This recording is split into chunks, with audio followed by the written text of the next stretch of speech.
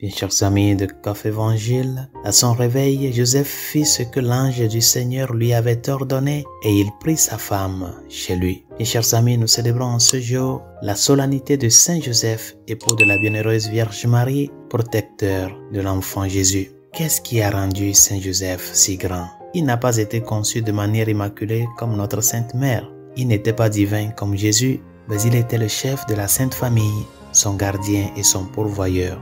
Il est devenu le père légal du Sauveur du monde et l'époux de la Vierge Marie, la Mère de Dieu. Mais Joseph n'est pas grand uniquement parce qu'il a bénéficié de ces incroyables privilèges. Il l'est avant tout par les choix qu'il a faits dans sa vie.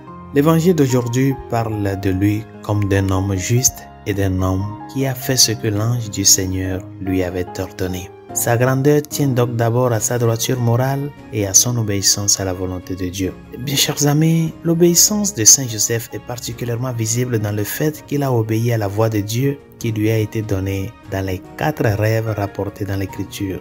Dans son premier rêve, Joseph se voit dire « Ne crains pas de prendre chez toi Marie, ta femme, car c'est par l'Esprit Saint que cet enfant a été conçu en elle. Elle enfantera un fils et tu lui donneras le nom de Jésus parce qu'il sauvera son peuple de ses péchés. » Dans son deuxième rêve, Joseph se voit dire « Lève-toi, prends l'enfant et sa mère, fuis en Égypte et reste-y jusqu'à ce que je te le dise. Hérode va chercher l'enfant pour le faire périr. » Dans son troisième rêve, Joseph se voit dire « Lève-toi, prends l'enfant et sa mère et va dans le pays d'Israël, car ceux qui cherchaient la vie de l'enfant sont morts. » Et dans son quatrième rêve, Joseph est averti d'aller en Galilée plutôt qu'en Judée. Bien chers amis, lorsque ces rêves sont lus successivement, il est clair que Saint Joseph était attentif à la voix de Dieu. Nous faisons tous des rêves, mais ceux de Joseph étaient différents. Il s'agissait des communications claires de la part de Dieu et elles nécessitaient un destinataire consentant. Joseph était ouvert à la voix de Dieu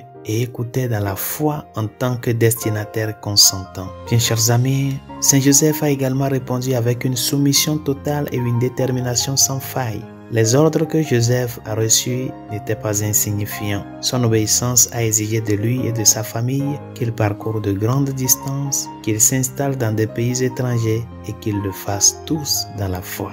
Il est également évident que Joseph a pris sa vocation au sérieux. Le pape Saint Jean-Paul II lui a donné le titre de gardien du Rédempteur et à maintes reprises, il a fait preuve d'un engagement inébranlable dans son rôle de gardien de son fils légitime, Jésus, et de son épouse, Marie.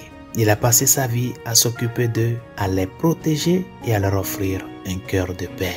Résolution de ce jour, dans ta prière d'aujourd'hui, implore l'intercession de Saint Joseph pour l'Église universelle, pour les familles, les couples en difficulté, pour les couples qui aspirent à avoir un enfant, afin que Saint Joseph, de la même manière qu'il a écouté de la voix de Dieu, qu'il a obéi, puisse continuer cette œuvre devant le trône céleste pour toutes les familles du monde entier, les familles chrétiennes, les familles qui traversent des moments de difficulté et pour la famille, l'Église de Dieu, afin que nous puissions rester nous aussi fidèles avec ce même zèle d'abandon et d'amour au Christ. Bonne journée, Dieu vous bénisse.